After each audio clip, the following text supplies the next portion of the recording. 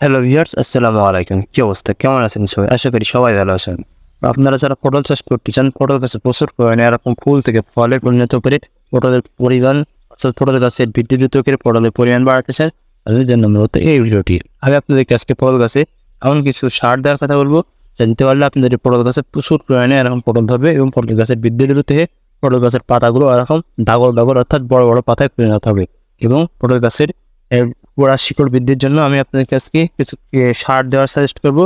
এতে হলে আপনাদের পটল গাছে প্রচুর পরিমাণে ফল হবে এবং আপনারা এই পটল গাছে ভালো মানের একটি লাভবান হতে পারবেন। এমন কিছু সার দেওয়ার কথা বলবো।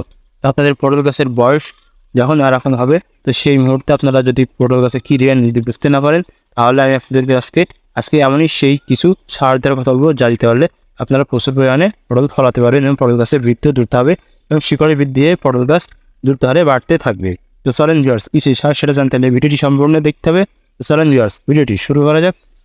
তো আপনাদের পটল গাছের বয়স যখন এরকম হবে, অর্থাৎ পটল গাছের বানগুলো যখন এইটে যাবে, তো এইটে যাওয়ার মুহূর্তে আপনাদেরকে জমিতে সবসময় খেয়াল রাখবেন যে যাতে সেচ এবং সার সঠিক মাত্রায় থাকে।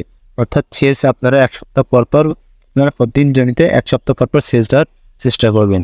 এক সপ্তাহ পর পর সেচ দিলে কী হবে, আপনাদের পটল গাছের যে রোদের তাপে যে অনেক সময় দেখবেন যে রোদের তাপে খরা খেয়ে পটল গাছ কিন্তু ডাউন খেয়ে যায়। তো এর জন্য আপনাদেরকে খেয়াল রাখতে হবে যাতে পটল গাছের সেচটা যেন সপ্তাহে সপ্তাহে হয়ে থাকে এবং এইভাবে আপনাদেরকে সেচ জমিতে জোয়ানোর চেষ্টা করতে হবে। এবং আপনাদের এই পটল গাছের বয়স যখন এই যদি আপনারা দেখতে পাচ্ছেন কীরকম হয়েছে, দেখুন এই বালগুলো কিন্তু সব এটে গিয়েছে। তো এখন যখন এটে যাবে সেই মুহূর্তে আপনাদের এই পটল গাছে এই সেচের সাথে আর একটি সার দেওয়ার কথা বলছি।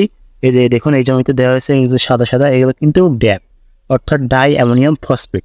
এই ড্যাপ সারে আছে মূলত ফসফেট, ইউরিয়া এবং যে আমরা বাজারে খালি ইউরিয়া ব্যবহার করে থাকি, সেই ইউরিয়ার পরিবর্তে অর্থাৎ সেই ইউরিয়া সারই এবং যে ফসফেট সার এটি একসাথে মিক্স করে এই সারটি তৈরি করা হয়েছে, যার নাম দেওয়া আছে ড্যাপ অর্থাৎ ডাইঅ্যামোনিয়াম ফসফেট, সংক্ষেপে আমরা বলে থাকি ডিএপি।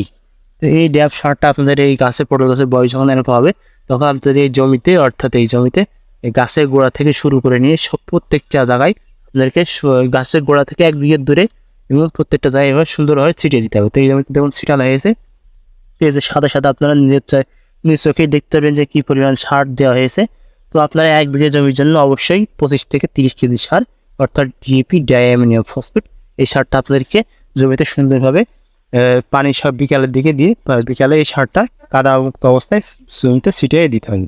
দিলে কী হবে, আপনাদের এই ডাইঅ্যামোনিয়াম ফসফেট সারটি গাছের গোড়া শিকড়ে থেকে সেই সারটি যে ফসফেট এবং ইউরিয়া সেইগুলো শুষে নিয়ে গাছের বৃদ্ধি দ্রুত করতে সহায়তা করবে এবং গাছের যে আমরা অনেক সময় দেখি যে পাতা হলুদ অভাব অর্থাৎ সাদাটে বর্ণ হয়ে যাচ্ছে, তো এই ডিএপি সার দেওয়ার কারণে এই গাছের পাতাগুলো আবার সবুজ অভাব বর্ণ ফিরে আসবে জমিতে এবং আপনাদের এই জমিতে প্রচুর পরিমাণে পরবর্তীতে ফলন হবে এবং আপনাদের এই জমিতে যে ফুলের যে কড়ি আছে সেই কড়িগুলো মূলত দ্রুত হারে বড় করতে সাহায্য করবে এই ডিএপি অর্থাৎ ডাইঅ্যামোনিয়াম ফসফেট সারটি। এটি শিকড়ের এর থেকে শুষে নিয়ে পুরো গাছকে সতেজ এবং সজীব রাখতে মূলত সহায়তা করে থাকে এই ডিএপি সার।